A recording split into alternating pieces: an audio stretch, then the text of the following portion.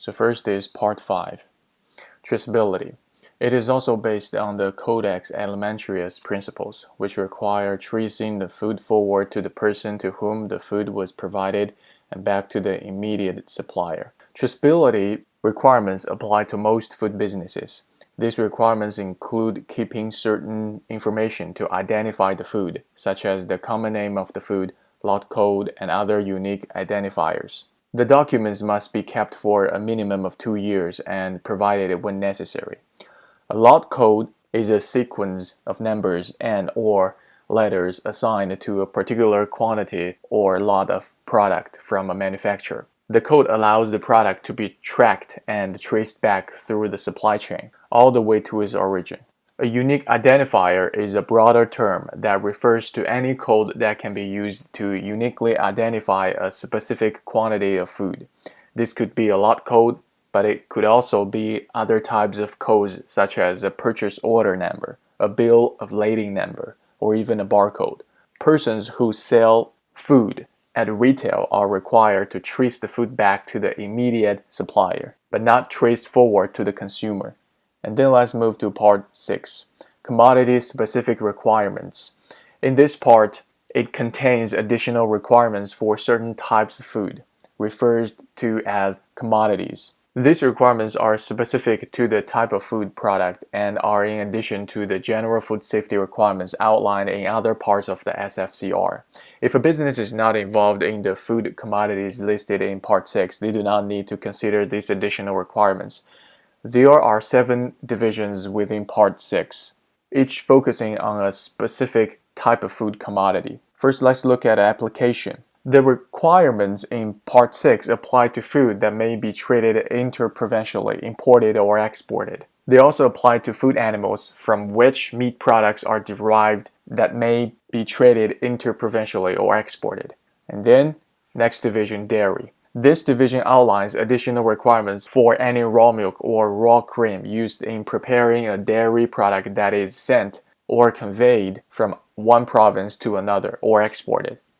And then eggs. This division outlines the conditions for pasteurizing eggs and treating graded and ungraded eggs. The processed egg products. This division outlines the conditions for processing and treating eggs, as well as the conditions for processing, treating, and trading processed egg products. Fish. This division outlines the import prohibitions for certain species, import requirements for live or raw shellfish, and conditions for harvesting shellfish that is to be sent or conveyed from one province to another or exported.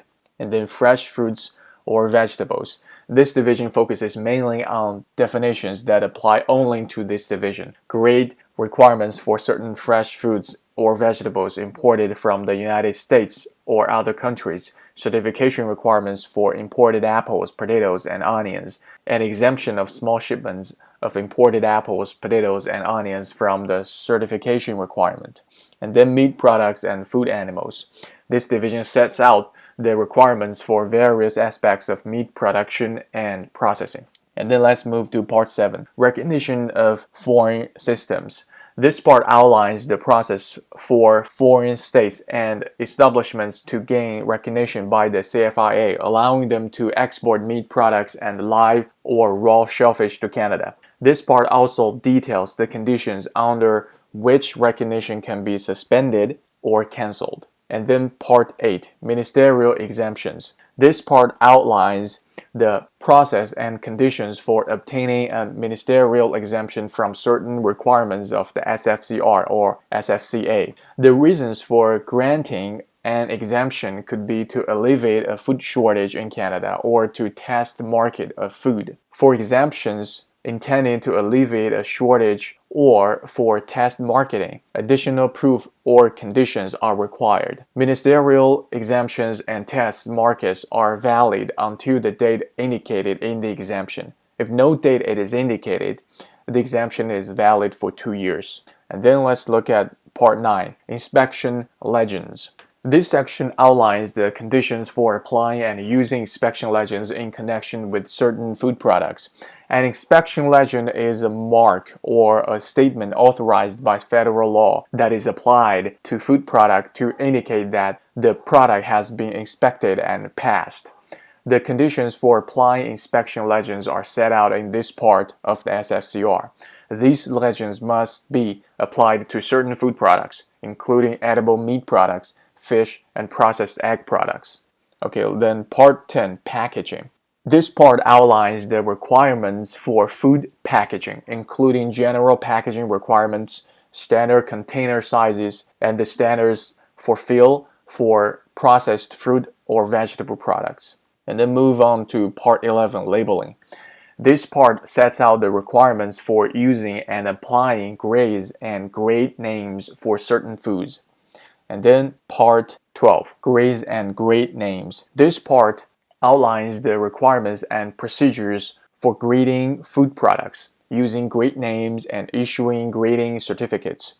The specific grade names and grade requirements are found in two documents that have been incorporated by reference into the SFCR. And then part 13, organic product. This part outlines the requirements for organic products, ensuring that any product labeled as organic meets rigorous standards for production, processing, and labeling. The specific standards for organic products are found in documents that have been incorporated by reference into the SFCR. And then part 14, seizure and detention. This part provides a consolidated set of regulations for the seizure and detention of food products, including the use of detention tags, notices of detention, and notices of release. And then move to part 15, transitional provisions. This part outlines the transitional provisions for the implementation of the new regulations, including phased implementation for certain foods and persons,